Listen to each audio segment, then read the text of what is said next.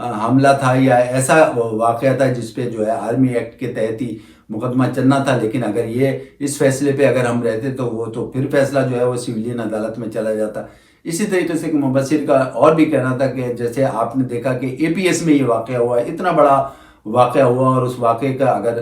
اسی فیصلے پہ اگر رہتے تو اے پی ایس کے واقعے کے سلسلے میں بھی پھر یہی ہوتا کہ ہمارے ہاں جس طریقے سے ہوتا ہے چلتا رہتا کیس، اور اس میں بہت سی جگہ ایسا بھی ہوا ہے کہ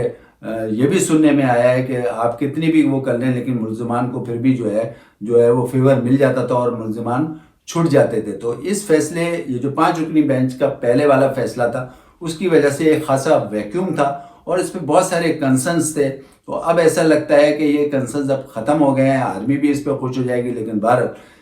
تحریک انصاف کا جو ہے وہ سلسلہ ایسا ہو گیا کہ تحریک انصاف کو جو ہے اس پہ بالکل بھی اس چیز کو اچھا نہیں لگے گا، کیونکہ ظاہر ہے سب سے پہلے تو وہی 9 مئی کے واقعات کا جو سلسلہ ہے وہ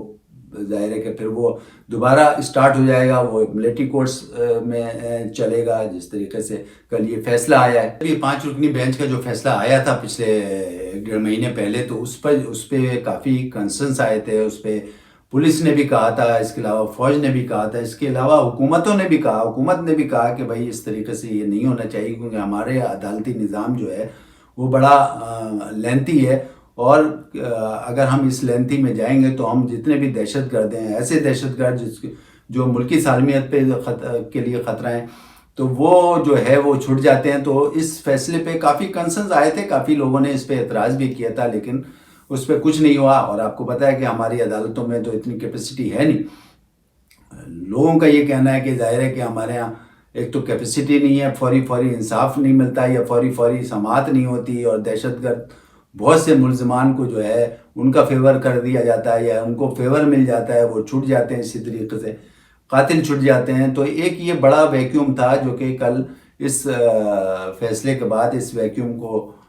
تو جو ختم ہو گیا ہے، اور اب ایسا لگتا ہے کہ اب جو بھی ٹرائلز جو پہلے سے آرمی ایکٹ کے تحت چلنے تھے اب وہ اسی میں چلیں گے، اور ظاہر ہے کہ ابھی 9 مئی کا واقعات ہے وہی سر فہرست ہے اس وقت، اس کے علاوہ اور بھی ہیں، لیکن آپ کو یاد ہوگا کہ ابھی جو ہے پرسوں جو ہے DI خان پہ بھی ایک حملہ ہوا ہے جس میں ہمارے تقریباً 23 فوجی جو ہے وہ ہلاک ہو گئے ہیں۔ اب یہی سوچیں کہ یہ بھی ایک سامنے مثال ہے، اور آج جسٹس طارق مسعود نے شاید اس کا حوالہ بھی دیا ہے، اور انہوں نے یہ کہا ہے کہ DI خان میں جو ہوئے ہیں تو اسی طریقے سے اگر فوری ان کو نہیں پکڑا گیا، اور فوری ان کو نہیں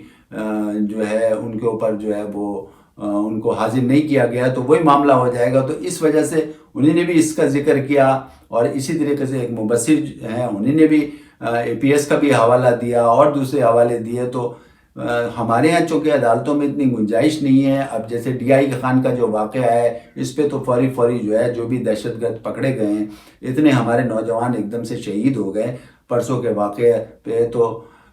کافی لوگوں نے اب اس چیز کو جو ہے جو اس کو غلط سمجھ رہے تھے کہ یہ فیصلہ جو ہے صحیح نہیں آیا، وہ اب کافی خوش ہیں، اور میرا خیال یہ ہے کہ اب آدمی بھی خاصی اس میں خوش ہے، اور اس سلسلے میں جو ہے آگے جو بھی ہوتا ہے جو بھی ہوگا میرا خیال ہے اچھا ہی ہوگا۔ لیکن جیسے کہ میں نے پہلے بھی بتایا کہ آرمی ایکٹ کے تحت اگر جو بھی مقدمہ چلتا ہے اس میں ایسا نہیں کہ آپ کوئی اس کے جو ہے اس کے لیے اپیل نہیں کر سکتے، آپ ہائی کورٹ میں بھی اپیل کر سکتے ہیں، اس کے علاوہ سپریم کورٹ میں بھی اپیل کر سکتے ہیں۔ تو اب یہ جو DI خان کا جو پرسوں جو اٹیک ہوا ہے جس میں ہمارے فوجی جوان شہید ہوئے ہیں، اس پہ ظاہر ہے کہ اب وہ ملٹری کورٹس میں جو بھی پکڑے گئے ہیں اس پہ مقدمہ چلیں گے۔ اب آپ سوچیں کہ اگر فرض کریں ملکی سالمیت پہ یا اس قسم کے دہشت گرد جو ہے وہ ایک دم سے حملہ کر دیتے ہیں، اور ہمارے ہاں جو ہے وہ ملٹری کے سارے قوانین کو جو ہے ختم کر دیا جاتا ہے، تو کس طریقے سے جلد جو ہے وہ